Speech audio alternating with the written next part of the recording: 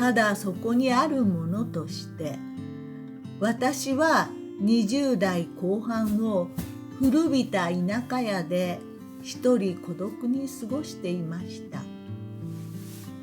あの頃の張り詰めるような静けさと研ぎ澄まされた時間が今も私の中を静かに流れていると思う。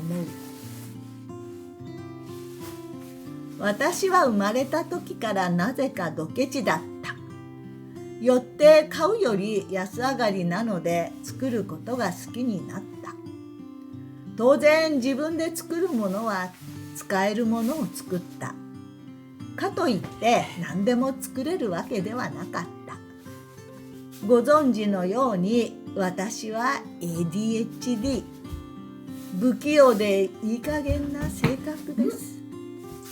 自分の能力の限界に気づかなかった私は生活に根ざしたものづくりで生きていきたいと願っていた。私は着ることに興味があった。見たい。昔からの生活様式にも興味があった。ずっと土地に根ざし続けているものや人たちにも興味があった。そんな感じで必然だったのかもしれない。着物を織る道へ進んだ。ほら来てる見た。見せてあげよう。でも40年以上前だってほらね、手間暇かけて織った布をまとうことは贅沢だった。アートではない、生活で使うものを作りたいと思っていた。もうすぐだぞ。普段使いのものを数ヶ月かけて作って販売しても、労働に見合った価格にしたら庶民は買えない。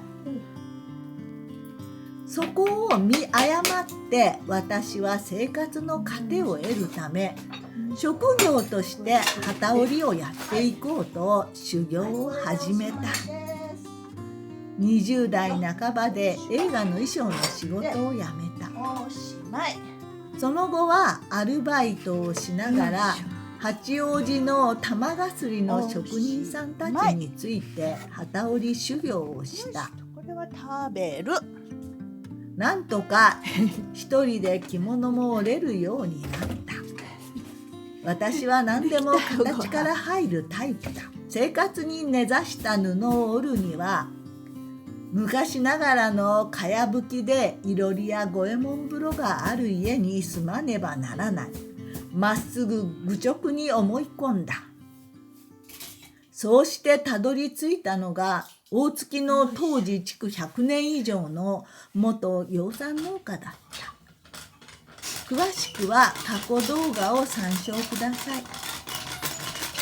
生活費は大島紬を織り、東京の小さなアパレル会社の糸染めとで賄った。その合間に私のデザインした着物を織った。家賃が35,000円で食費と酒代、光熱費で10万ぐらいかかったかな。それから私の布を織るための糸や染料も買わなくてはならない。本当にカツカツの生活できつかった。でも夢の田舎暮らしへの期待と不安で私の気持ちは日々ぐるぐる忙しく動き回っていた。そうこうするうち手間暇かけて織った布の稼ぎで生きていくことは難しいと漠然と気づいた。でもそれを断定してしまうことはできなかった。住んでいた古い家でいろりにあたり、毎日薪をくべ五右衛門風呂に入って機織りトントンしている暮らし、そのすべてを否定してしまうことになる。この古い家で昔ながらの生活をする以外、私の生き方はない。そこまで自分を追い込んでしまった見ず知らずの土地での一人暮らしだった。それでも20代の私は古びた大きな家で毎日糸を染め機織りを続けた。旗を織るということ以外、なぜか将来の夢とか先のことは考えなかった。アリンコが地べたを歩き回るように、鳥が空を舞うように、草木がお日様に向かっていくように、ただただ古い大きな家で来る日も来る日も機織りを続けた。お話をするのはその家の敷地にあったお地蔵さんだけだった。夜になったらお地蔵さんの絵をいくつも描いて、そのお地蔵さんとお話をした。